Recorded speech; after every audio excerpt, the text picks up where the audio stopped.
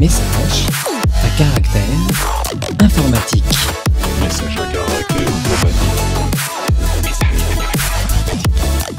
Bonjour et bienvenue dans ce nouvel épisode de Message à caractère informatique, 76e épisode numéro 75. Nous sommes toujours le 29 juin 2022 et aujourd'hui je suis toujours accompagné de gens merveilleux tels que Arnaud Lefebvre. Bonjour Arnaud. Bonjour. Que fais-tu dans la vie ?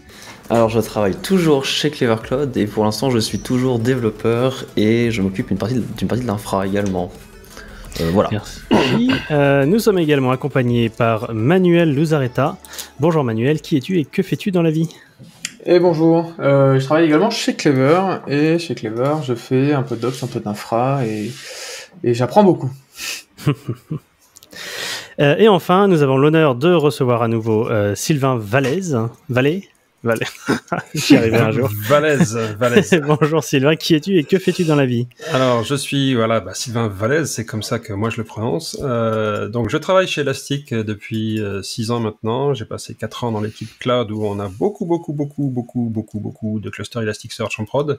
Et depuis 2 ans, j'ai changé d'équipe. Je suis dans l'équipe des drivers, les librairies clients, où j'ai réécrit complètement le client Java et je m'occupe aussi du client Rust. Voilà. Parfait, bien content de t'avoir pour ce deuxième épisode. Bien attaquons directement, j'ai envie de dire, par un lien un peu complotiste de Manuel, qui s'intitule « Vos certificats vous trahissent ». Ouais, alors c'est un petit article de blog du blog de Whisky, justement qui a fait une analyse que je trouve assez intéressante sur le fait que en fait, quand vous faites la demande d'un certificat TLS, dans l'idée, une autorité de certification va vous délivrer ce certificat. Mais il y a aussi un autre phénomène qui s'appelle la Certificate Transparency, qui permet en fait d'avoir des serveurs de log tiers qui sont pas gérés par les autorités de certification, qui permettent d'enregistrer tous les certificats qui ont été générés, notamment pour être vérifiés par votre navigateur, pour s'assurer que les certificats sont toujours valides. Donc dans l'idée, comment ça marche ces serveurs de log ? En fait, c'est un peu le même système qu'on peut retrouver avec la blockchain. Dans l'idée, on a un arbre dans lequel on peut mettre uniquement que des nouvelles informations et on peut pas modifier ou supprimer une information qui a déjà été ajoutée. Toutes les logs sont auditables publiquement. Donc, ça veut dire que quand vous enquêtez un certificat, quand vous demandez un certificat, le fait que le certificat a été validé donc est rajouté dans l'arbre, et le jour où, par exemple, vous dénoncez ce certificat, j'ai plus le terme exact, vous le révoquez, c'est aussi rajouté dans cet arbre de log. Ce qui fait qu'on peut assez facilement vérifier pour un nom de domaine tous les certificats qui ont été enquêtés, que ce soit sur des sous-domaines ou sur des domaines qui sont associés. Donc il y a un petit outil qui s'appelle srt.sh. CRT. CRT, ah oui, CRT. j'ai dit SRT, pardon. crt.sh, donc certificat.sh, dans lequel si vous rentrez un nom de domaine, vous voyez tous les certificats qui ont été demandés pour ce nom de domaine. Depuis que le système de Certificate Transparency existe. Donc ça remonte quand même relativement loin. Et en fait, ce qui explique Whisky, c'est que ça permet notamment de découvrir assez facilement des environnements, par exemple, de staging qui n'ont pas été rendus publics, ou des environnements qui sont dédiés à un nouveau produit que la plateforme ou que l'entreprise n'a pas envie encore de release. Et ça peut également permettre de deviner la stack, par exemple, que va utiliser une boîte pour pouvoir construire sa plateforme. Donc typiquement la forge, même si on n'utilise plus trop ce terme, mais la forge logicielle qui est utilisée, les différents outils, etc. Et il y a un peu cette problématique-là de se dire si c'est pas public et si c'est pas comment dire, si on a un produit qui est par exemple en staging, on peut être un peu moins à cheval sur la sécurité par exemple, ce qui est une grossière erreur parce qu'à partir du moment où c'est accessible sur une IP publique, à partir du moment où vous n'êtes pas derrière votre forteresse, petit troll, en fait, vous êtes exposé pareil sur Internet et potentiellement, c'est une très mauvaise pratique, mais on sait que ça existe. Si vous récupérez des informations de votre prod pour aller tester votre staging, finalement, ça expose énormément de données sur Internet.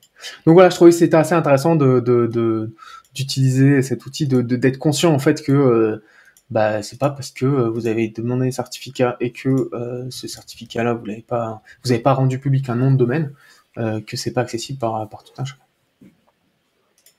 Alors c'est intéressant. Après, ça existe déjà depuis des années aussi pour le DNS en fait. Oui, il y a le DNS c'était là, il y avait le même problème avant. Il y a plein d'autres moyens effectivement pour aller récupérer ces informations-là, mais même du scan d'IP permet aussi d'aller récupérer des informations sur votre infra. Là, c'est vraiment ce qui est intéressant, c'est la facilité avec laquelle on peut aller tirer des liens entre les différents produits que va récupérer, que va construire une entreprise, par exemple. Ouais, bien sûr. Et là, on peut dire aussi que le Let's Encrypt finalement n'a pas d'une certaine manière amélioré les choses parce que dans le temps, quand on payait son certificat bien cher, on avait tendance à prendre des certificats wildcard. Et donc, regarder les certificats de transparency, on voyait juste un étoile point nom de domaine, donc on savait pas trop ce qu'il y avait derrière. Maintenant, avec Let's Encrypt et l'allocation de certificats automatiques, finalement, on a un certificat quasiment individuel par sous-domaine, ou au moins on a des certificats qui regroupent un paquet de sous-domaines. Les domaines wildcard dans Let's Encrypt sont arrivés assez récemment et ils sont pas forcément tellement utilisés. Après, le problème que tu vas avoir avec ton wildcard, c'est que si jamais tu as un certificat qui est corrompu, en fait, tu es obligé de révoquer ce certificat qui est utilisé par un nombre invraisemblable de services. Donc ça pose d'autres problèmes, mais effectivement, ça fait un peu plus d'obfuscation. Après, la sécurité par l'obfuscation n'est pas forcément... Oui, on connaît ça vite. Effectivement, on connaît on a eu des clients qui ont acheté des domaines pour certains de leurs services de dev qui n'ont rien à voir avec leur activité, quoi. À la limite, ils ont utilisé un générateur de phrases, limite Camoulox, et ils ont rajouté un .fr derrière et du coup, ils utilisent ça pour faire du dev ou certaines API internes, etc. Après, on est dans l'obfuscation, mais pour éviter que le domaine principal soit trop pollué, quoi. Alors moi, j'ai utilisé cette approche aussi dans des projets antérieurs pour éviter les pollutions de cookies entre les domaines principaux de prod et les domaines de développement aussi. Ah, c'est pas bête, ça. Ouais, effectivement. Nous, je sais que sur la partie DNS, du coup, il me semble qu'on avait eu des chercheurs en sécurité, entre guillemets, qui... mais je dis entre guillemets parce que... bon, voilà. C'est pas toujours le cas, c'est pas toujours... intéressant ce qui remonte, mais bon, qui effectivement en fait listait tous les noms de domaines de notre zone, des différentes zones en fait qu'on gère chez nous, et du coup là on a trouvé votre GitLab, et là on a trouvé votre votre pré-prod ou whatever, du coup oui, on sait, c'est normal. Non, le fait que la pré-prod soit accessible sur Internet, c'est pas un problème, absolument. Il faut juste que tu aies le même standard de sécurité que sur ta prod, quoi. Mais du coup, ils avançaient l'argument, mais là, par exemple, vous utilisez GitLab, du coup, on sait que vous utilisez GitLab, et du coup, c'est un risque de sécurité pour votre entreprise. Est-ce que vous avez des bug bounty? Oui, alors. Et voilà. C'était un peu une fois dans cette optique-là, et c'était pas toujours donc le bug évident. Bounty, c'était quoi? C'était un sticker Clever Cloud, le bounty, là, pour ça, ou quoi? Ah non, on répondait pas aux mails. Surtout qu'en général, les gens viennent de suffisamment loin pour pas dire d'Inde, et du coup, ça commence à faire cher de leur envoyer un sticker Clever. Ouais. Mais par contre, si vous êtes chercheur en sécurité et que vous avez des vraies remontées à nous faire, on les prend tout à fait, et on peut parler. Il n'y a pas de problème. C'est une idée, ça, pour troller un petit peu ce genre de bounty, tu pourrais le donner sous forme de NFT, ça coûte pas grand-chose. Non, mais en fait, le temps de gérer, juste le temps de gestion est chiant, en fait. C'est même pas le temps de donner quelque chose, de l'argent ou du swag ou autre, mais c'est juste le temps de gérer, en fait, le report et de le classifier parfois. Quand on en reçoit qui n'ont aucun sens. Genre, on digresse un peu, mais par exemple, parfois, on a trouvé le mode, votre connexion n'est pas sécurisée, que si j'ouvre Wireshark et que je regarde, Wireshark, ou que j'utilise un proxy TLS avant, je vois dans les traces que quand je me connecte, je vois mon mot de passe. Ah oui, t'as mis un proxy avant. Enfin, genre, enfin voilà quoi. Ou alors c'est je vois mes cookies. Si jamais je copie le cookie, je le mets sur un autre navigateur. J'ai hacké le compte. Oui, Oh, putain. oui. Bon. Il y a parfois des trucs comme ça et c'est vraiment compliqué. Donc ouais, on essaye de répondre, mais pas toujours évident. Mais ouais, donc voilà. Donc en termes de sécurité, effectivement, faites attention aux certificats que vous achetez, à ce que vous faites en fait, même sur le domaine sec, enfin sur l'Apex quoi. Enfin sur tous les sous-domaines de votre domaine principal. Mais parfois après, bon, effectivement, la sécurité, comme le disait Arnaud, ça passe par des humains qui font des choses un petit peu bizarres. Et Manu va nous parler notamment d'une petite anecdote, enfin petite. Ouais, alors, c'est l'histoire d'un mec.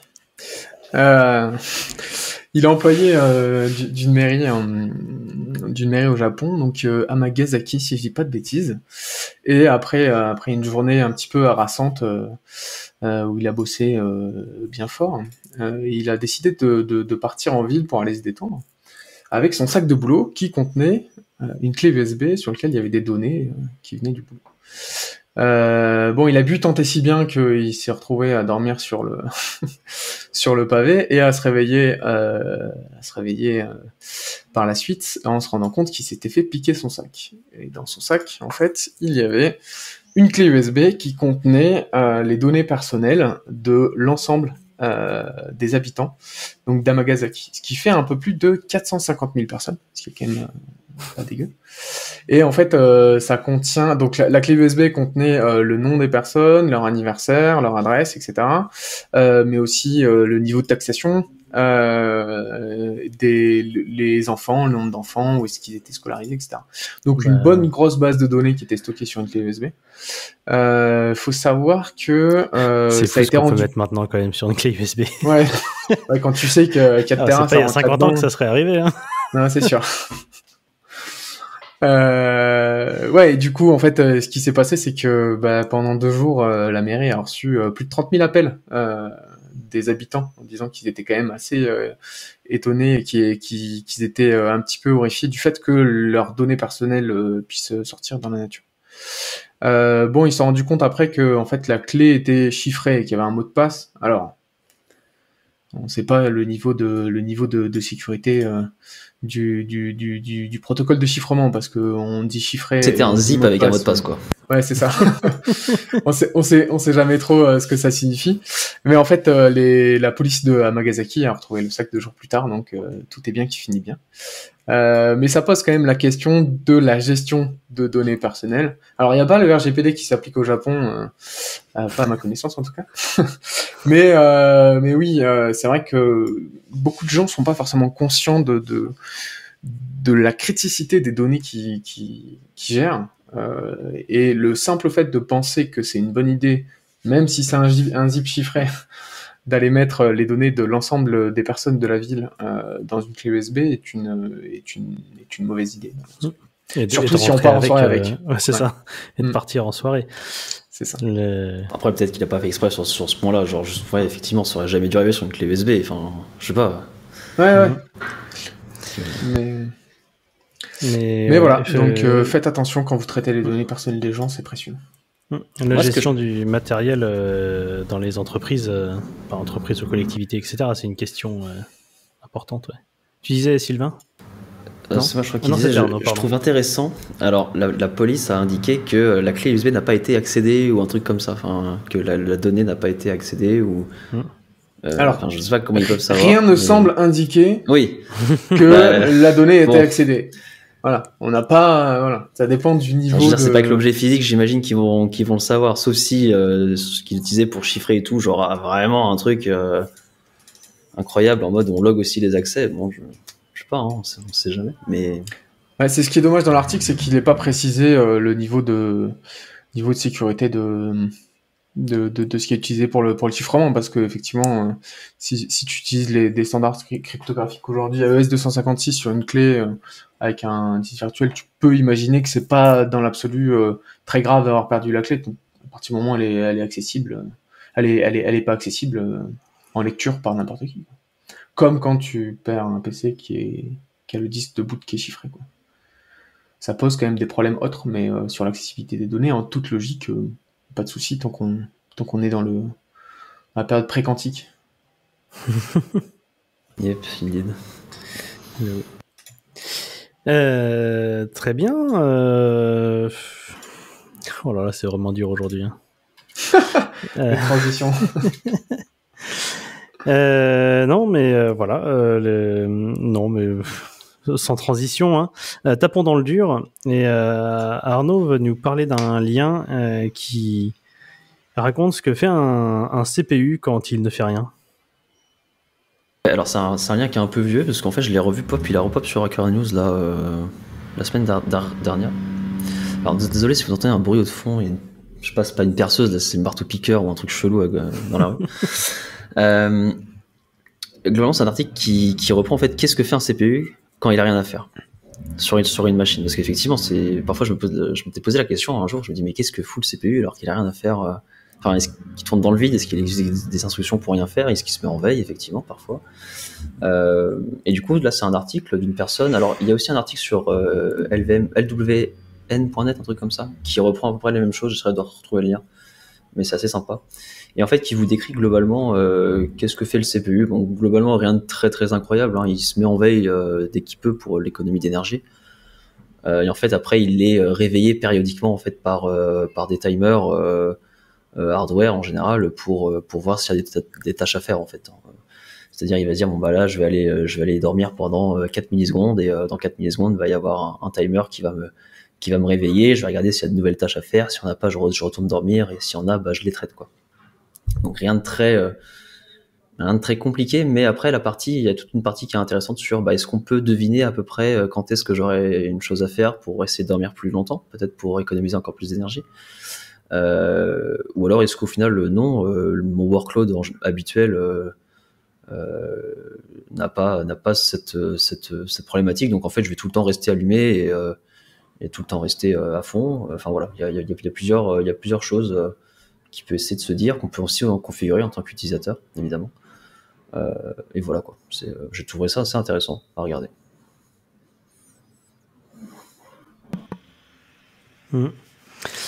Et... Si c'est le genre de questions existentielles que vous vous posez, mais parfois aussi. C'est vrai que c'était une question que je me posais pas, mais maintenant je suis content de savoir. C'est parfait. Mais en parlant de questions qu'on se pose, sauf si vous avez autre chose à ajouter sur le... Non, je me pose la question juste aujourd'hui sur un Linux moderne, le CPU il fait jamais rien dans l'absolu. Il fait de l'entropie. Alors, le temps pour un CPU c'est quand même très long en fait. Un CPU c'est de l'ordre peut-être de la nanoseconde ou peut-être encore en dessous, micro. Du coup en fait le temps que là je dis cette phrase là, pour lui c'est déjà passé une éternité quoi. Donc il y a forcément des moments où il va rien avoir à faire parce que bah faut qu'il attende la RAM, faut qu'il attende le disque. Voilà. Ok, je me représente pas bien ce que ça représente à l'échelle de... Mais après oui, si t'as ton Pico Snitch qui tourne sur le... sur ta machine, effectivement, le CPU, mais même le Pico Snitch, il va globalement faire des checks de temps en temps et il va pas tourner. Hein. Parce que s'il utilise 100% de ton CPU, c'est que t'as peut-être un problème de perf dans ton outil, quoi. Ouais, c'est ça. Globalement, t'as des temps de pause en fait où le CPU n'a rien à faire. Il n'y a pas d'événement en entrée, il n'y a pas d'événement en sortie, il n'y a pas de programme qui demande à traiter quelque chose, tu vois. Bah, du coup, il se met en veille. Mais après, comme dans l'article, il dit, par défaut, je crois, et moi j'ai regardé dans mon kernel, il me semble que c'était à peu près comme ça. Enfin, c'est pas l'option qui est choisie, mais par défaut, la valeur, c'est ça, c'est qu'il se réveille en fait toutes les 4 millisecondes. Tu vois. Donc il a en fait 250 fois par seconde, il se réveille pour regarder s'il y a des tâches à faire. Mais 4 millisecondes, c'est quand même, c'est super court, quoi. Et parfois, pendant 4 millisecondes, alors sur des laptops principalement, peut-être sur des serveurs un peu moins, évidemment, mais il a rien à faire. Et après, quand on dit CPU, on parle pas d'un CPU de tout le processeur en entier, on parle d'un cœur du CPU. C'est comme ça, en fait, que c'est dénoté, même dans toute la logique kernel, c'est qu'un CPU, c'est un cœur, en fait, c'est pas tout le CPU en lui-même. Donc, dès qu'un cœur a plus rien à faire, il se met en veille, et puis, bah, si t'as tous les cœurs en veille, bah, ils sont tous en veille, quoi. Voilà. Ok, merci. Ouais, c'est voilà. Mais oui, en parlant de questions qu'on se pose, j'essaie de reprendre ma transition de tout à l'heure quand même. Il y en a eu enfin. Le rapport, alors BEARI, c'est quoi? C'est brigade de quelque chose? Non, c'est le bureau enquête Ah oui. accident, celui qu'on connaît plus pour les avions, mais là c'est le BEARI, donc pour les risques industriels. Ok. Qui a fait donc son rapport sur l'incendie d'OVH d'il y a 1 an et 3 mois à peu près, si je dis pas de bêtises. 3-4 mois. Alors j'ai plus la date Non, exacte 2 ans en tête. Attendez, c'était 2020? C'était quand ça? On en parle encore, mais c'était en fait c'est old cette histoire. Alors Oui. attends, on va retrouver la date. C'est c'était peut-être 10 mars 2020. 2021. C'est possible. C'est ça, 10 2021. mars 2021, donc ça fait 1 an et 3 mois. Ouais, bah c'est ça. J'avais Ouais. bon finalement. Alors ouais, donc c'est moi qui ai sorti le lien. Je trouve ce document très intéressant. Alors on va pas troller sur OVH, c'est pas le but de l'histoire, mais c'est de voir un peu quel est le processus qui se met en ordre de bataille quand ce genre d'événement arrive, et surtout qu'est-ce qu'on a dans ce rapport. Donc le lien ça pointe sur une page de lafibre.info où on a aussi un lien vers le PDF du BEA qui décrit l'analyse détaillée, et on voit un peu toute leur méthodologie de travail, d'enquête, les actions judiciaires qu'il y a en retour, et surtout il y a une chose très intéressante, et là ça va nous apprendre un petit peu des choses sur le data center, c'est l'analyse des choses qui ont contribué en gros à envenimer la situation, enfin envenimer, à rendre la situation plus pire que ce qu'elle n'aurait pu ou aurait dû être. Alors il y a des choses intéressantes là-dedans. Alors on a beaucoup parlé de la conception des bâtiments. Les gens se sont focalisés sur le fait qu'il y avait des planchers en bois, qui peut sembler très bizarre dans un data center, mais si on regarde le rapport, en fait ces planchers étaient en bois inifugé, donc totalement conformes aux normes, il n'y avait pas de problème là-dessus. Par contre, la conception des bâtiments a été un élément négatif dans le truc, parce que pour économiser de l'énergie sur le refroidissement, ils étaient conçus de façon à favoriser la convection par finalement un effet de tirage, un peu de cheminée, en tirant de l'air vers l'extérieur et en le ramenant vers l'intérieur de cette tour carrée, pour faire une convection naturelle qui évitait d'avoir à installer des systèmes de refroidissement mécanique. Alors, d'un point de vue PUE et énergie, etc., c'est génial comme idée, et l'inconvénient, c'est que quand vous avez un data center qui est en fait une énorme cheminée et qui a le feu qui se déclare au rez-de-chaussée, et voilà, quoi, donc il y a tout qui crame. Et ce qui manquait là-dedans, finalement, très bien. Voilà, ça prend très bien, et ce qui manquait là-dedans, finalement, c'était un moyen de fermer ces entrées d'air sur l'extérieur qui apparemment n'existaient pas. Donc ça, c'est un des points qui sont mis en avant dans le rapport. Un autre élément aussi intéressant, c'est il y a des photos donc vue aérienne de l'installation où on voit qu'il y a SBG1, SBG2, SBG3, c'est SBG2 qui a cramé, et l'incendie s'est propagé à SBG1, mais pas à SBG3. Pourquoi? Parce que entre le 2 et 3, il y avait des portes coupe-feu qui ont ralenti, qui étaient conçus pour ralentir l'incendie pendant 2 heures. Donc SBG3 n'a pas été touché. Par contre, SBG1, il y a 4 salles sur 12 qui ont été détruites. Donc c'est intéressant de voir finalement, on navigue dans toutes ces notions très virtuelles de cloud, de serveurs qui sont machin, etc. Mais finalement, là, on a une illustration parfaite que le cloud, c'est juste l'ordinateur de quelqu'un d'autre, et que il est quelque part, quoi. Hein. Et après, si on continue les choses qui ont empiré la situation, c'est que il n'y avait pas de système d'extinction. Donc là, on se dit, mais s'il n'y a pas obligation, en fait, non. Dans la réglementation française, sur les data centers, il n'y a pas obligation de système d'extinction, il y a obligation de système de détection. Donc il a effectivement ont fonctionné, mais il n'y avait pas de système d'extinction. Donc en gros, le feu est parti, et le data center a été construit en se disant que finalement les services de secours étant informés en gros, on enregistre les installations industrielles auprès des services de secours, et c'était basé sur le fait qu'ils allaient intervenir assez rapidement pour maîtriser le feu en cas de départ de feu éventuel. Mais problème. C'est que les moyens en eau se sont avérés très insuffisants. Il y avait une borne d'incendie pour tout le site. Il n'y avait pas assez de flotte. Je crois pas qu'ils étaient justement enregistrés en tant que zone industrielle ou un truc comme ça. Si on lit le truc, je crois qu'ils y étaient, mais alors peut-être pas à la hauteur de ce qui était effectivement déployé par contre. Hein, ouais. Et donc l'autre truc, c'est qu'il y avait qu'une seule borne d'incendie, donc qui était largement sous-dimensionnée par rapport à l'ampleur de l'incendie. Et donc il a fallu qu'ils fassent venir un bateau-pompe. Alors chance, ils étaient au bord de la rivière, hein, donc il y a un bateau-pompe qui est arrivé et qui là a pu commencer à balancer de la flotte. Mais il a fallu le temps qu'il arrive. Et de toute façon, il a fallu 1h30 avant de pouvoir couper l'électricité. Donc là, c'est intéressant aussi parce que on voit que, en gros, les data centers, on va tout faire pour assurer une alimentation électrique permanente, avec des batteries, avec des groupes électrogènes, avec des alimentations redondées, etc. Mais il faut pas oublier de mettre les interrupteurs de secours. Et là, apparemment, il n'y avait pas vraiment moyen ou pas facilement d'isoler l'installation électrique. Et il a fallu qu'en gros, ils aillent chez le fournisseur d'électricité, c'est-à-dire qu'à l'autre bout du fil électrique, chez EDF, j'imagine, sur un poste de distribution haute tension, pour couper le courant à ce niveau-là. Ils n'ont pas pu le faire sur le site. Et après ça, une fois qu'on a coupé le courant, les groupes électrogènes se sont dit « Ah, il n'y a plus de courant, je le mets en route ». C'est-à-dire qu'il n'y avait pas moyen de dire au groupe électrogène « Tu ne te mets pas en route quand on coupe le courant parce que on veut intervenir ». Donc il n'y avait pas moyen de débrayer le système, ce qui fait que les pompiers n'ont pas pu actionner les moyens en eau parce que quand on met de l'eau sur l'électricité haute tension, ça se passe pas très bien en général, quoi. Donc tout ça fait qu'il a fallu en gros plus d'1h30 d'après le rapport pour pouvoir commencer à arroser le data center. Et là, bon, avec l'effet cheminée, ça a donné ce qu'on a vu, quoi. Donc voilà. Donc ce rapport est super intéressant parce que on plonge un petit peu dans les entrailles physiques du data center avec une cause originelle qui est probablement une fuite d'eau des systèmes de refroidissement sur un onduleur, apparemment, ou au moins sur les systèmes électriques qui étaient au rez-de-chaussée, et tout est parti de là.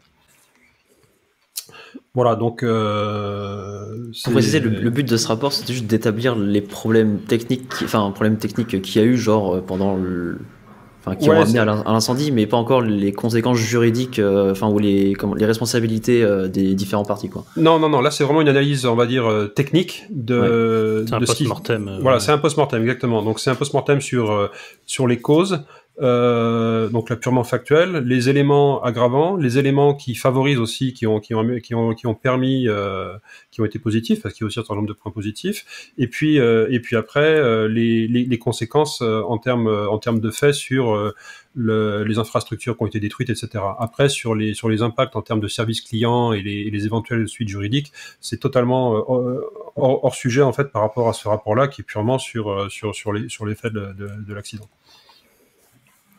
Mais je trouve que ça illustre bien le côté le diable est dans les détails. Oui. Et puis aussi on voit finalement quand on va concevoir, alors là on parle d'un data center mais c'est aussi un système de manière générale, c'est que on va penser à la résilience du système. Là, par exemple, les groupes électrogènes qui se mettent en route, mais il faut aussi penser à des situations catastrophiques qu'on espère ne jamais avoir à affronter, où il faut pouvoir des fois débrayer les trucs. Alors, typiquement sur des systèmes, pour des systèmes cloud, pour revenir à ce qui nous intéresse, ça va être par exemple le fait de pouvoir, quand il y a un énorme crash, de redémarrer les systèmes progressivement, un par un, plutôt que ces effets de meute quand on redémarre un ensemble de systèmes où tout le monde va aller défoncer la base de données au démarrage, des notions de redémarrage progressif, etc. Enfin voilà, ce genre de réflexion peut être appliqué à plein de contextes en fait, hein. C'est-à-dire que il y a la résilience du système, mais ensuite il y a l'état de catastrophe naturelle ou informatique, et ensuite comment on repart en fait, hein. Ouais. Par exemple, le bouton PXE, si à un moment tu perds toute une salle et que tous les serveurs veulent rebooter sur le réseau, potentiellement ils vont mettre un petit peu de temps à booter, quoi. Ouais, c'est ça. Ouais. Si leur système est à distance. En parlant d'incidents, je tenais juste à souligner que ouais, vas-y. Ouais. Pour une fois, c'était pas le DNS. Ah oui. Ni BGP. Ni BGP. C'est vrai. Mais du coup, ouais, en parlant d'incidents, donc c'est bien c'est bien de détecter les incidents et c'est bien de pouvoir prévenir aussi quand il y a un incident. Et ça nous amène au lien suivant, voilà, Grafana, il y a quelques semaines, si j'ai pas de bêtises. Le 14 juin, un truc comme ça. Ah oui, c'était pas il y a quelques semaines, c'était il y a 10 jours. Oui, il y a 2 semaines. Donc quelques. En fait, j'étais bon. Donc Grafana qui fait globalement, alors le produit de base de Grafana, c'est un outil open source. Ils ont une version cloud aussi, si je dis pas de bêtises, qui vous permet de faire facilement des dashboards à partir d'un certain nombre de sources. Donc ça peut prendre de l'Elasticsearch en entrée, ça peut prendre différentes time series DB, différentes DB, du Warp 10 par exemple en entrée. et vous sortir des dashboards avec des jolis graphes, tout un tas de choses que vous pouvez construire vous-même plus ou moins facilement. Et donc ils ont différents outils, notamment ils en ont un qu'ils ont racheté il y a un peu plus d'1 an, je crois. Enfin, ils ont racheté une boîte il y a un peu plus d'1 an pour construire cet outil qui s'appelle OnCall et qui globalement vous permet de faire votre monitoring par-dessus Grafana. Et alors globalement c'est un concurrent de gens comme PagerDuty, etc. donc qui vous préviennent. Et là ils ont open sourcé il y a 2 semaines le tool de gestion des alertes sur incident. Donc voilà, donc le tool qui potentiellement va essayer d'aller réveiller des gens s'il y a des graphes qui retournent des informations qui sont trop inquiétantes. Voilà, a priori c'est quand même très orienté Slack. Non, finalement non. En fait, je crois que l'entreprise Grafana elle-même en fait utilise énormément cet outil à travers Slack, de ce que j'ai pu comprendre, ça marche. Pour manager les incidents, etc. Mais tu peux en servir sans Slack, apparemment. Donc c'est bon. Voilà. Et donc, vous pouvez prendre l'outil open source et l'installer vous-même si vous avez des besoins, par exemple, de faire de l'astreinte, ce genre de choses, de prévenir des gens. Il y a une chose à laquelle il faut penser. Donc, bon, après, vous pourrez lire l'article qui parle un petit peu de tout ça, de l'historique de tout ça. Moi, il y a une chose qui m'a un peu, enfin, sur laquelle je pense que c'est bien d'insister, c'est que le système qui est censé vous réveiller quand il y a quelque chose qui va pas, enfin vous prévenir quand il y a quelque chose qui va pas sur votre infra, c'est bien déjà qu'il ne soit pas sur votre infra. Et parfois c'est pas plus mal de payer peut-être un peu cher un outil dont c'est le boulot de vous assurer que vous allez être appelé, que vous allez être contacté, que vous allez avoir la notif. Parce que, encore une fois, gérer toute cette stack-là en parallèle de votre infra à vous, faut se taper le setup, faut se taper la maintenance, vérifier que ça tourne, potentiellement avoir du PCA, du PRA sur cet outil-là aussi. Et alors, je suis pas en train d'essayer de vous dire qu'il faut absolument acheter par exemple du PagerDuty. Je dis ça parce que c'est ce qu'on utilise chez Clever.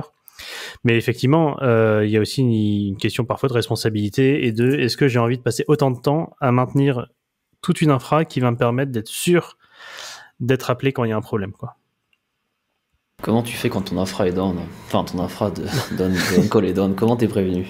Exactement. Est-ce que tu as une deuxième infra de on-call qui te prévient pour la première? Est-ce qu'elle se surveille l'une l'autre? C'est ça. D'ailleurs, je me souviens, chez Elastic, on utilise PagerDuty aussi, et il y avait une fois où il y avait eu un gros outage sur AWS, oui. Qui nous avait impacté, évidemment, chez Elastic Cloud, et PagerDuty était down, quoi. Ça, c'est un vrai problème, effectivement. Mais on a eu le problème il y a quelques mois aussi, je crois. Bah, à chaque fois qu'AWS est down, de toute façon. Oui, c'est vrai. Bon, là, je te casse du sucre, mais c'est encore arrivé il y a un mois. Voilà. Après, l'intérêt, quand AWS est down, tu dis, désolé, de toute façon, on n'était pas tout seul, quoi, vu que la moitié de l'Internet avait disparu. Clairement. C'est ça.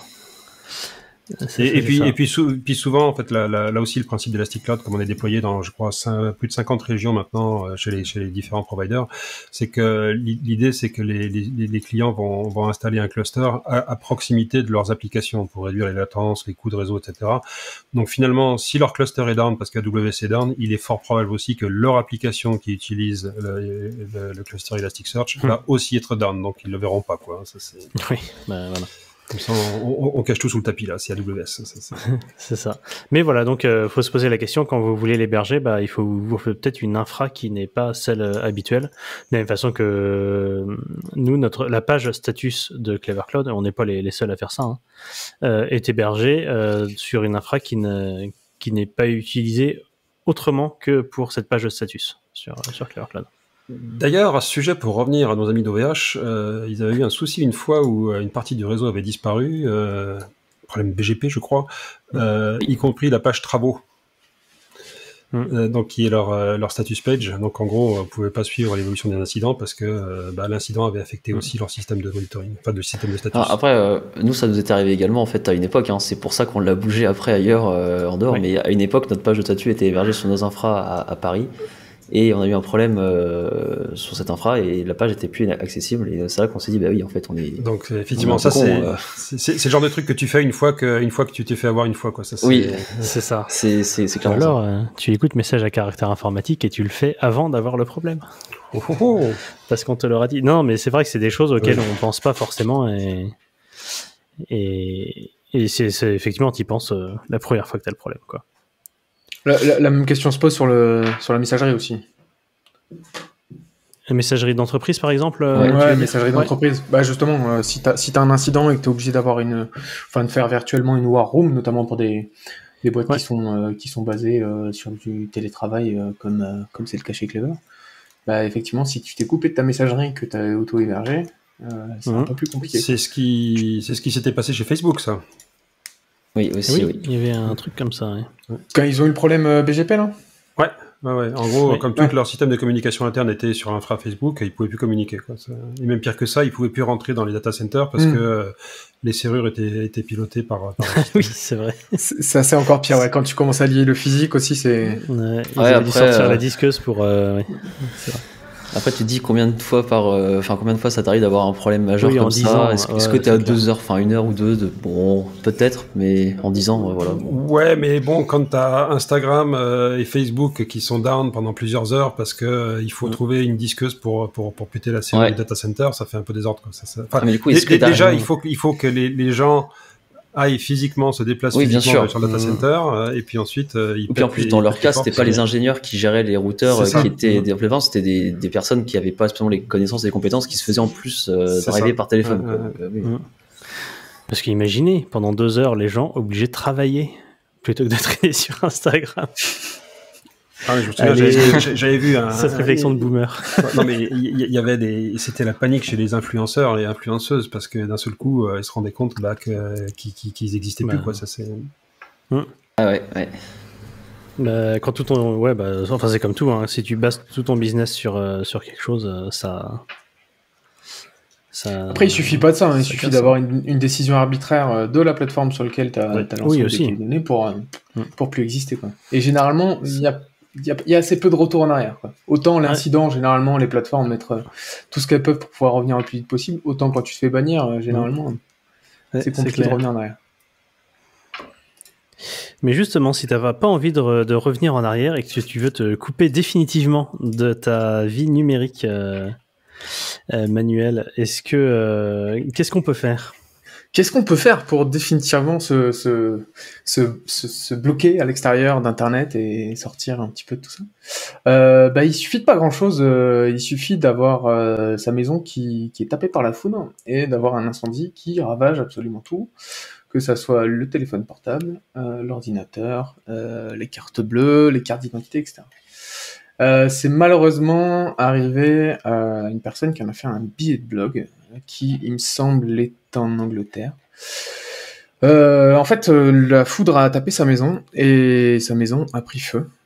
Et il a dû sortir en panique dans la nuit avec juste un slip et ses enfants et sa femme. Il nous raconte, oui, parce qu'il y a des priorités. Le slip, c'est important, mais bon, la femme et les enfants. Il écrit la priorité entre le slip et la femme et les enfants, ou il y a des priorités. Non, je mets un peu mon sel là-dedans. Mais disons qu'en fait, c'est quelqu'un qui est assez consciencieux sur la sécurité de ses données, voire un tout petit peu trop consciencieux, et qui se retrouve aujourd'hui à expliquer que pour accéder à sa boîte mail, il y a du tout effet. Pour accéder à ses codes de tout effet, il faut qu'il se connecte à son téléphone portable, qui a cramé. Qu'il a pas de quoi prouver son identité parce que sa carte a cramé. Et voilà, et qui se retrouve aujourd'hui en fait complètement sorti de tous ses comptes internet, justement parce qu'il a été un petit peu précautionné. Sachant qu'il y a énormément de ces mots de passe qui sont en fait, c'est une bonne pratique dans l'absolu, mais dans ce cas-là, du coup, ça pose la question de savoir comment, après un état de catastrophe, comment tu reviens en arrière, comment tu arrives à avoir une porte de sortie, un brise-glace en fait.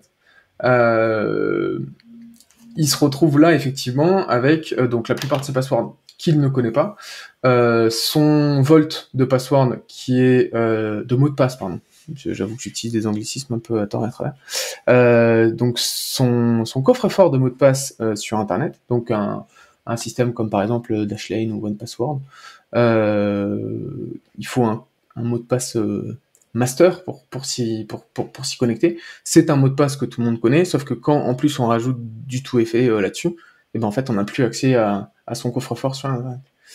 Voilà, et du coup il explique que quand même il avait pris des précautions. Il avait une YubiKey qui est cramée, il avait des recovery codes, donc vous savez quand vous activez l'option tout effet. Donc tout effet c'est un second facteur d'authentification.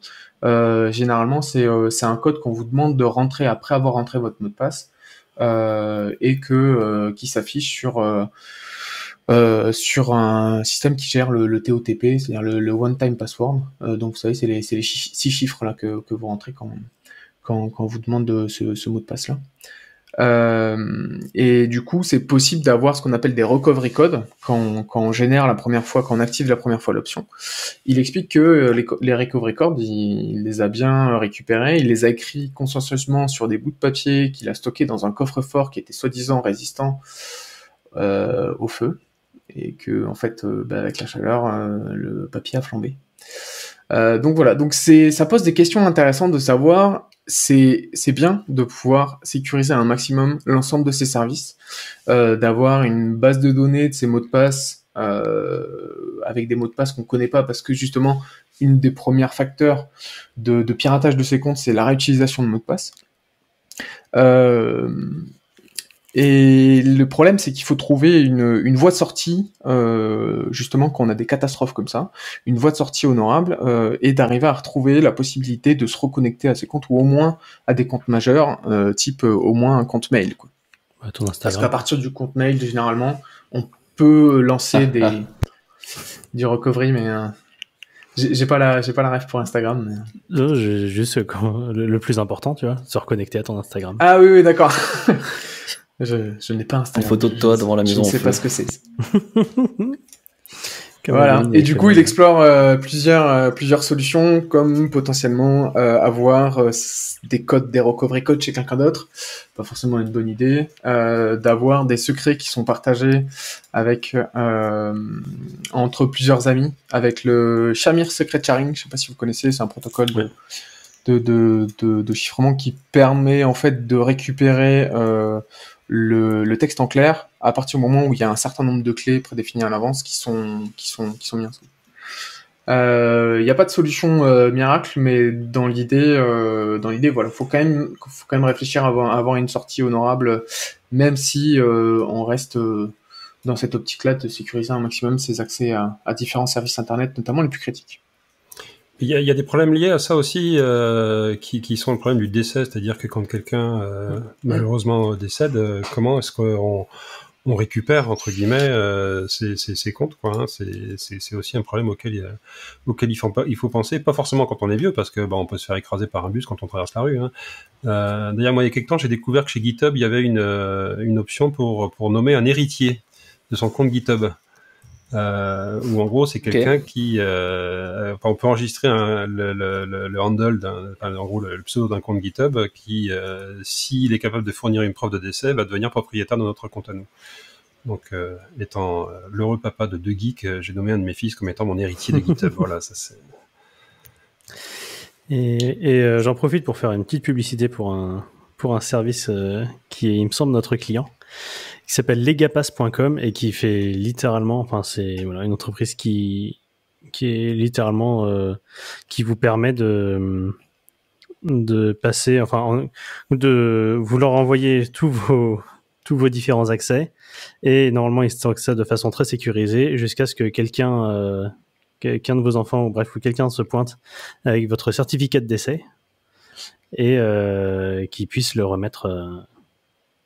C'est intéressant ça. Ouais, mais c'est exactement ça en fait, c'est intéressant. Ouais. Voilà. Moi, genre, j'ai ce même problème de Bootstrap. Si jamais je perds tous mes accès, je connais certains trucs, mais il me faudra quand même toujours ma clé PGP ou whatever en fait qui permettra de tout déchiffrer derrière. Et du coup, j'ai toujours ce problème de Bootstrap aussi, de comment est-ce que je vais faire pour la mettre quelque part de safe. Quoi. Ou tu perds ton téléphone avec tes clés, tes clés double facteur. Quoi. Non, parce que ça, j'ai tous mes recovery codes justement également stockés. Enfin voilà, j'ai tout. C'est juste en fait ce petit problème de Bootstrap là qui me permet juste de télécharger en fait tout mon password manager. Et je pense qu'il y a énormément de gens qui sur le 2FA en fait ne conservent pas les recovery codes. Oui, c'est un vrai problème. Mais oui. Ouais, parce que nous après par exemple sur le support ça nous arrive effectivement des gens parfois qui viennent nous dire j'ai perdu accès à mon compte et nous on est là il nous faut une preuve d'identité, donc un passeport, une carte d'identité, un truc comme ça, c'est assez c'est de la sécurité. Et ensuite il faut aussi que tu saches faire le lien entre la preuve d'identité, genre la photo d'un passeport, et effectivement la personne qui est à l'autre bout du fil, quoi. C'est pas évident non plus. Également, c'est ça qui est la partie la plus complexe. Oui, parce qu'il y a le classique SMS Hey Arnaud, c'est Julien, j'ai pas eu ma clé SSH, tu m'en refais une, tu peux me remettre celle-là sur le serveur s'il te plaît? Ou tu piques le portefeuille de ta cible aussi pour avoir sa carte d'identité. Oui, aussi. Après, voilà, il y a aussi il y a quel est aussi le niveau de malveillance aussi des gens ou de... Parce que là on peut partir loin dans cette discussion parce que si t'es vraiment la cible d'une attaque, globalement, quoi que tu fasses, oui, t'as peu de chance de... il suffit que la bonne personne vienne te draguer en sortie de boîte, tu vois, et que tu finisses, tu vois, dans son lit, on sait jamais, tu vois. Après, il y a aussi le fait que tu peux te faire... tout simplement, à partir du moment où tu connais tes mots de passe, il suffit qu'il y ait quelqu'un qui te tabasse pour qu'à un moment donné tu les donnes, quoi. Mais ça veut pas dire que par essence tu peux pas te protéger complètement de toutes les attaques, qu'il faut pas s'en protéger un minimum. Moi, j'aime bien une analogie où c'est pas parce que quelqu'un de très motivé va vouloir rentrer dans ta baraque et te piquer tes affaires qu'il faut que tu laisses tout ouvert avec un panneau devant en disant rentrez chez moi, c'est ouvert, quoi. Et c'est vrai que tu as des niveaux de sécurité et après tu sais très bien que à la fin si quelqu'un de très motivé va aller te piquer tes informations, il y arrivera, quoi. Mais il faut faire attention au discours pour pas que les gens se disent bon, de toute façon si je me fais récupérer les trucs, le tout est fait, ça me fait chier, les mots de passe je vais les réutiliser parce que c'est plus simple. Et puis basta. Alors c'est marrant parce qu'on pourrait faire un parallèle très très politique avec ce qui se passe sur les armes à feu aux États-Unis, où beaucoup de gens disent c'est pas les armes qui tuent, c'est les gens qui les actionnent. Et voilà, c'est pareil. Si tu rends l'accès facile aux armes, il se passe ce qu'on voit, ce qui se passe aux États-Unis. Hein, ça c'est. Ouais, faut pas être trop manichéen. Ouais. Très bien. Voilà. Eh bien, en parlant d'accès... j'ai cassé la transition, là. Hein, non, mais je vais retomber sur mes pattes. En parlant de décès. En parlant de décès, voilà, ou d'accès à des services numériques. Et voilà, il y a un lien de Le Monde Informatique, d'ailleurs, sur GitHub, qui a open sourcé, qui parle un petit peu de comment il gère la gestion des identités, des accès, etc.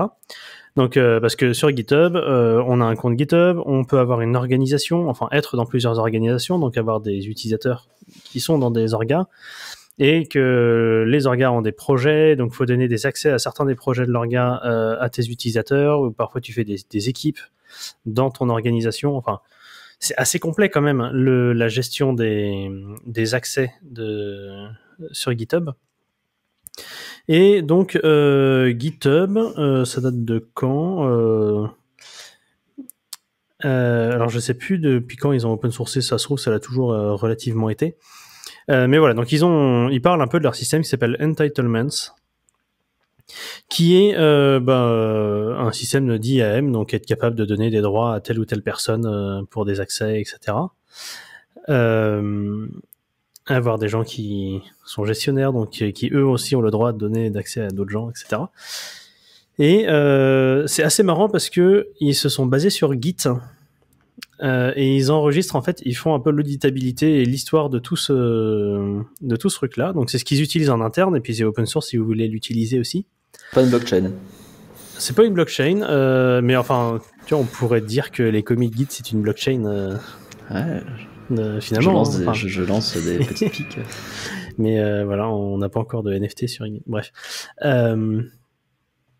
Et donc voilà, il gère tout ça dans Git directement en utilisant déjà toutes les fonctionnalités de Git pour savoir par exemple qui a fait. Enfin, ils vont créer un commit en ton nom si tu donnes une autorisation à quelqu'un et en fait ça va être commité et ça va être dans l'historique et donc tu peux revoir tout l'historique de qui a donné quel accès à qui.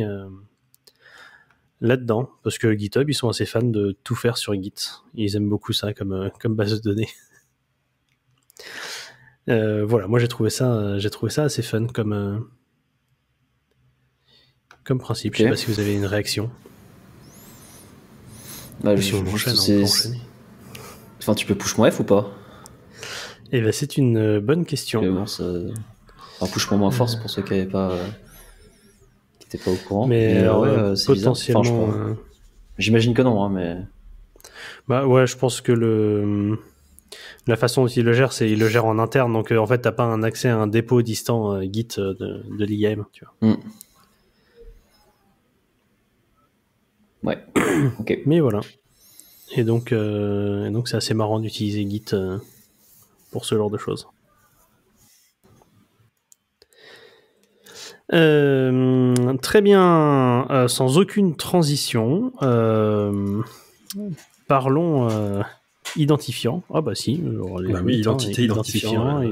Allez, c'est magnifique.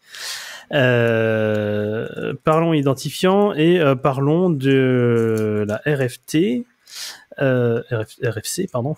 Enfin bref, le draft UETF. Pour balancer encore plus d'acronymes, sur les nouveaux formats des UUID.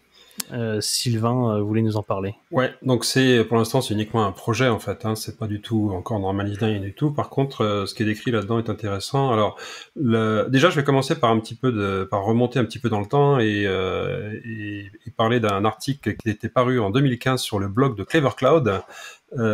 Qui disait que utiliser les auto-incréments dans les bases de données c'était le mal absolu et qu'il fallait utiliser des UUID, donc des identifiants uniques.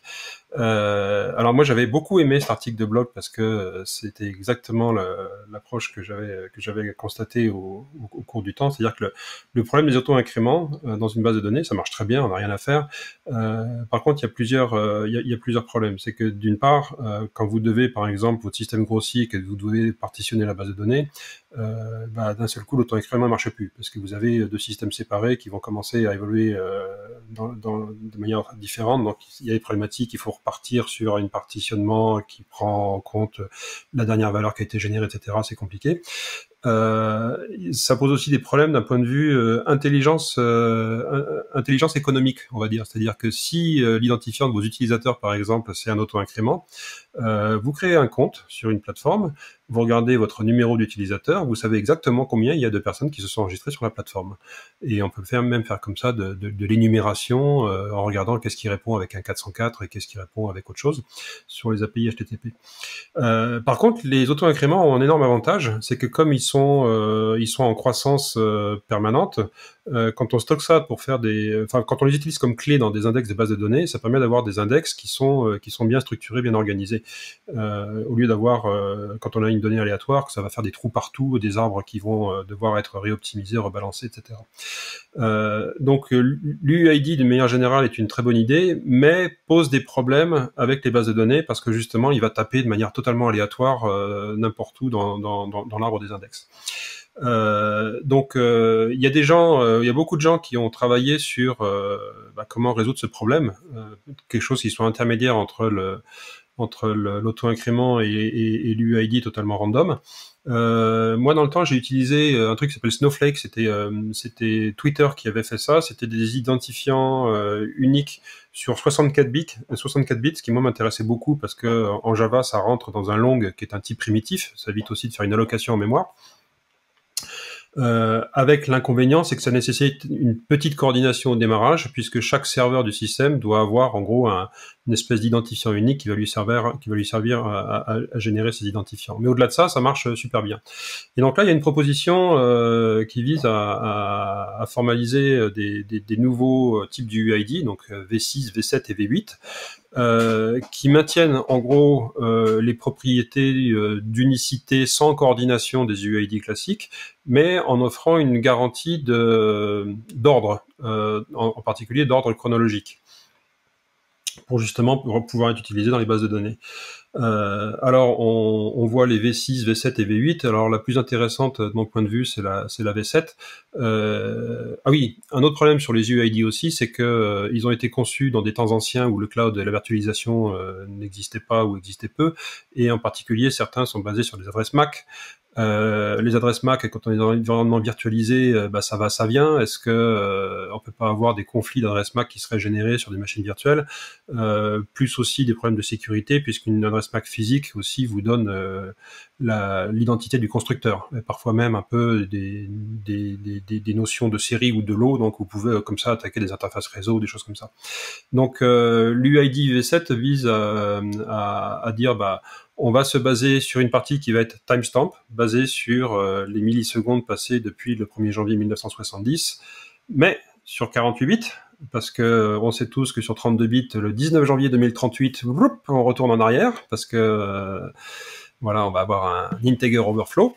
Donc avec 48 bits, on est à peu près large. Et puis ensuite une composante derrière qui elle est totalement aléatoire avec des recommandations sur la façon générale et aléatoire. Donc ce V6 il est intéressant parce que il a vraiment une unicité qui est garantie sans se baser sur les adresses MAC, et il a aussi des caractéristiques d'ordre qui sont intéressantes pour l'utiliser dans les bases de données. Voilà. Après, ils définissent aussi une V8, un format qui manque dans le format UID, qui est en gros, tu fais ce que tu veux. Il faut juste qu'il y ait 4 bits à un endroit qui identifie que c'est une V8, et le reste, tu mets ce que tu veux dedans.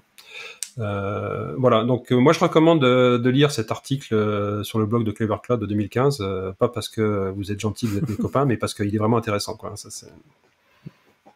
Et d'ailleurs, déjà à l'époque, le côté ça explose, les index de la base de données avaient déjà été soulevés oui. À ce point de vue-là. Oui. Et en fait, quand on regarde dans le draft, je viens de perdre l'onglet. Quand on regarde dans le draft, en fait, ils ont commencé par regarder tout ce qui existait déjà. Oui.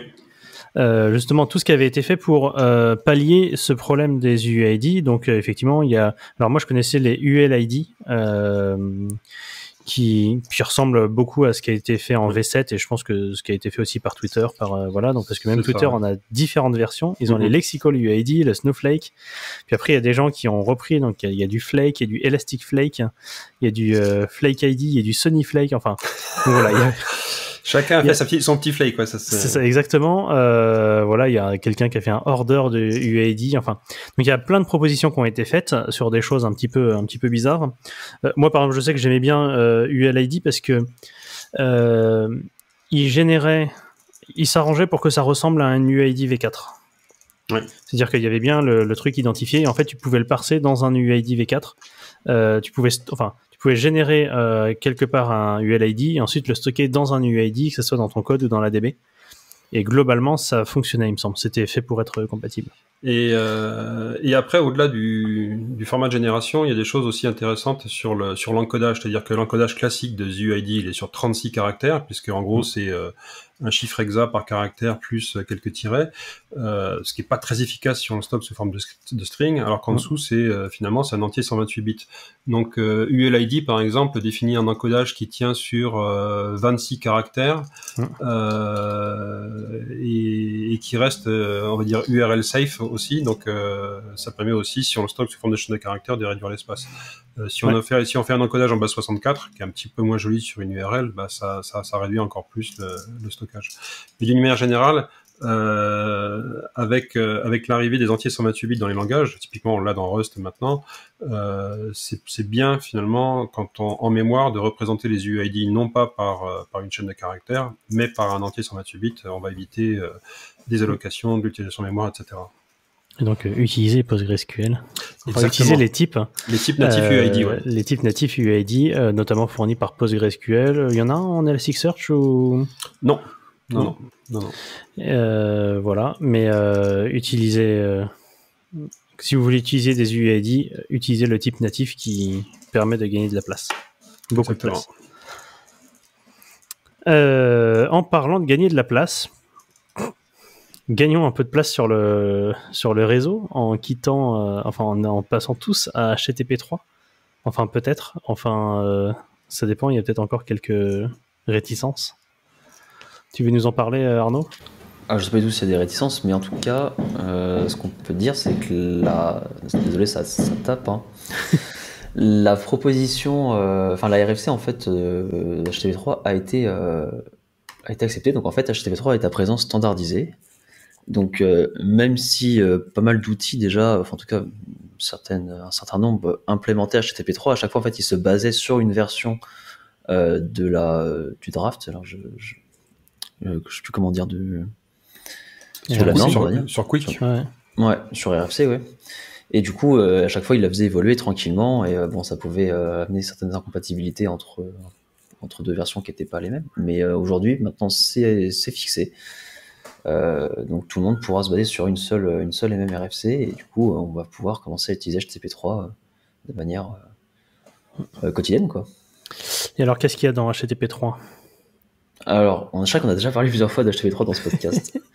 On va faire un petit rappel. Après, on va dire la grande particularité, c'est qu'on sort de paradigme TCP, et on va commencer à utiliser un autre protocole qui s'appelle Quick, qui se base en fait sur de l'UDP pour transporter la donnée. Donc en fait, il réimplémente entre guillemets TCP au-dessus du UDP, mais pour de bonnes raisons.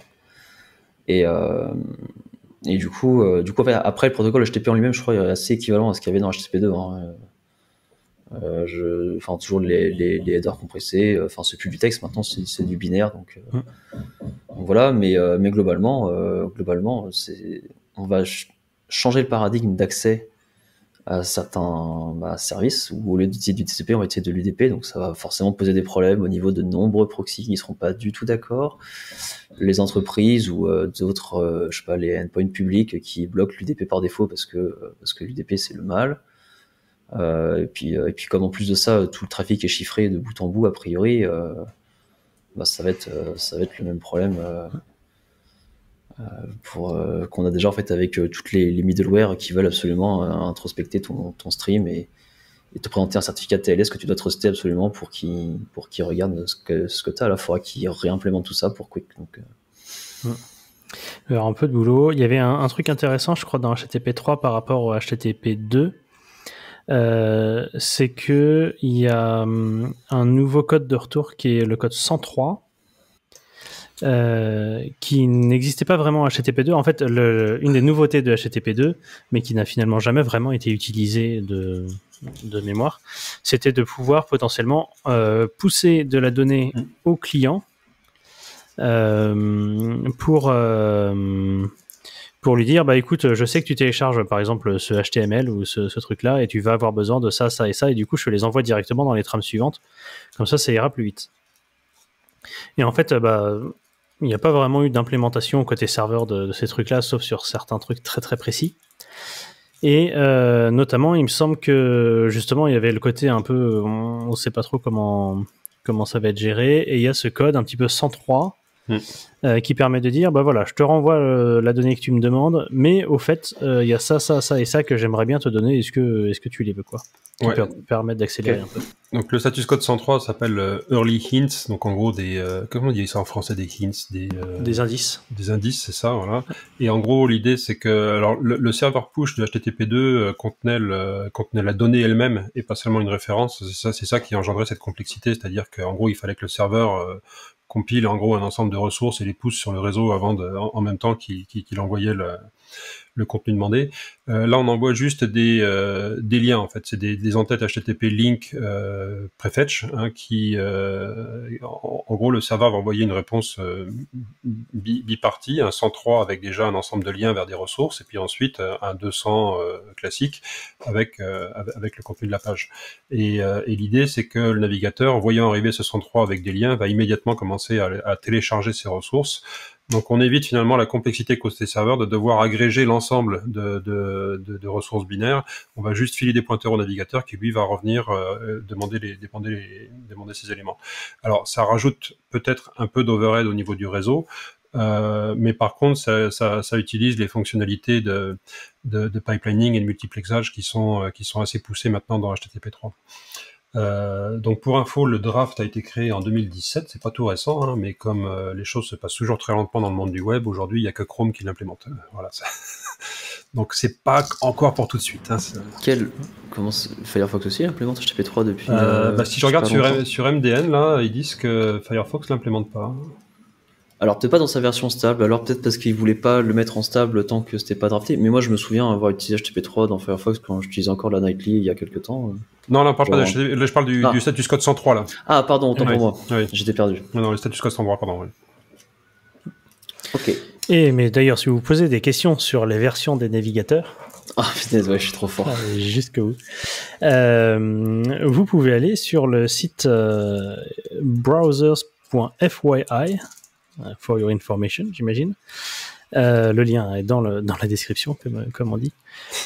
Qui globalement. Faut que tu mettes le petit doigt vers le bas. C'est ça. Le lien se trouve dans la description. Ouais. Mettez des pouces bleus, abonnez-vous. Partagez, likez. Bref, et donc c'est une page toute simple qui recense les navigateurs principaux sur desktop et sur mobile, avec à chaque fois la dernière version du navigateur, ce qui vous permet de comparer avec la vôtre, la date de dernière release, et quand on clique sur le lien, on a les release notes des navigateurs. Voilà, c'est tout bête. Ils ont même une API à qui on peut poser des questions. Et ça peut être marrant ça peut être marrant. Si vous faites du développement un petit peu web ou je ne sais quoi, vous pouvez aller chercher, à regarder là-dessus pour suivre un petit peu les nouveautés. Justement. C'est marrant parce qu'il y a le navigateur Samsung Internet. Je sais pas si c'est pour les téléphones ou les Smart TV, ou les Smart TV, celui-là. Peut-être les deux. Hein. Peut-être les deux, Samsung Internet, peut-être plus de chances que ça soit sur des télés ou des sur les télés, ouais. Ça me fait penser que il me semble pas qu'on ait parlé de la mort d'Internet Explorer. Il n'y a pas Internet Explorer. C'est vrai ça. Ouais. RIP. RIP, ouais. Tu peux nous en parler rapidement peut-être Je peux vous en parler rapidement. Internet Explorer est mort. Voilà. C'est officiel. C'est officiel. C'est le fin de support qui est arrivé, c'est ça? C'était le 22 juin, non? Ou le 21? Ouais, c'est ça. T'es complètement déprécié par Microsoft et aux oubliettes. Donc, il ne faut pas utiliser Internet Explorer pour plein de raisons, notamment des raisons de sécu. Ça fait 15 ans qu'il ne fallait pas utiliser. Et maintenant, la question, c'est combien y a-t-il encore de guichets automatiques de banque qui tournent sur Windows XP avec Internet Explorer 5 ou 6 hein, J'avais vu un... Peut-être qu'on va parler de la même chose, Manu. J'avais vu un service. Non. Mais j'avais vu un service, alors peut-être une administration française ou je sais plus trop quoi, qui avait reçu un mail en mode Internet Explorer est déprécié, mais vous inquiétez pas, on va faire en sorte de continuer à ce que vous puissiez l'avoir pour pouvoir continuer d'utiliser les outils internes de la boîte tant que on n'a pas migré, quoi. Si c'est un truc avec plein d'ActiveX, etc., c'est très possible, hein, honnêtement. On va retrouver pendant très longtemps. C'est clair. Ouais, moi j'avais vu, ça date un petit peu, mais pas tant que ça, 2015, un Windows 3 de 23 ans qui a fait crasher une partie du système de l'aéroport d'un aéroport de Paris. Alors je sais pas si c'est tous les aéroports ou juste un de ceux-là, j'ai plus l'article en tête, mais voilà, Windows 3 en 2015. Il y avait un autre truc aussi avec, je sais plus, je crois que c'était un système qui permettait d'ordonnancer les trains en Corée, je crois, qui marchait sur Flash. Oui, je me souviens de ça, oui.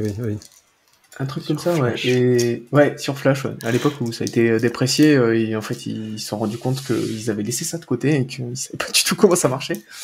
Mais ils avaient besoin de garder Flash pour faire fonctionner le système. Et ça, apparemment, ça a mis quand même un sacré foutoir dans la gestion des trains.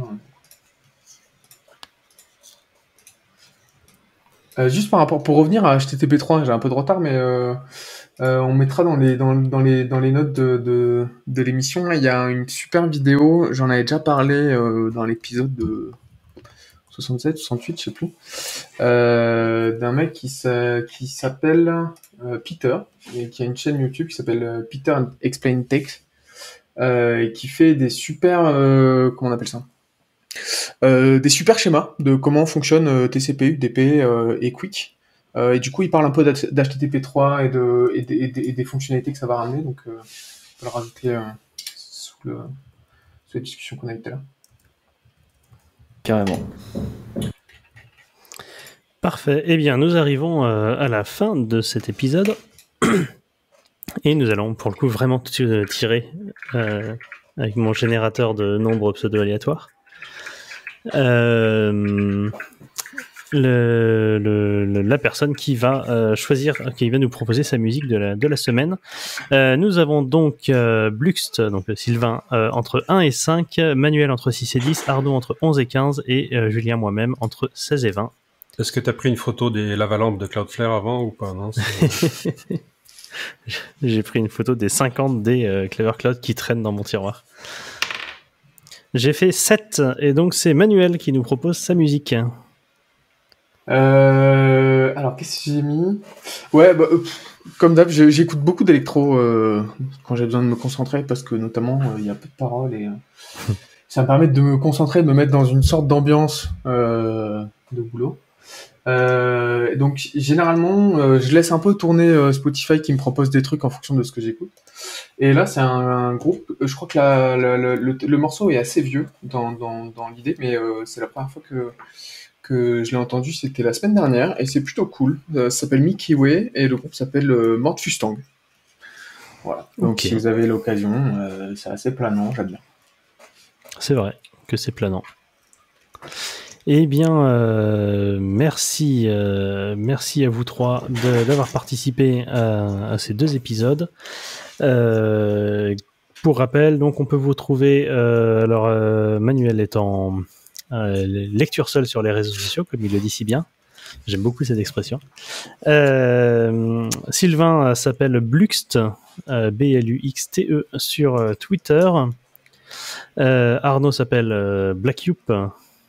Je te laisse épeler. C'est bien ça, B-L-A-C-K-Y-O-U-P. Voilà.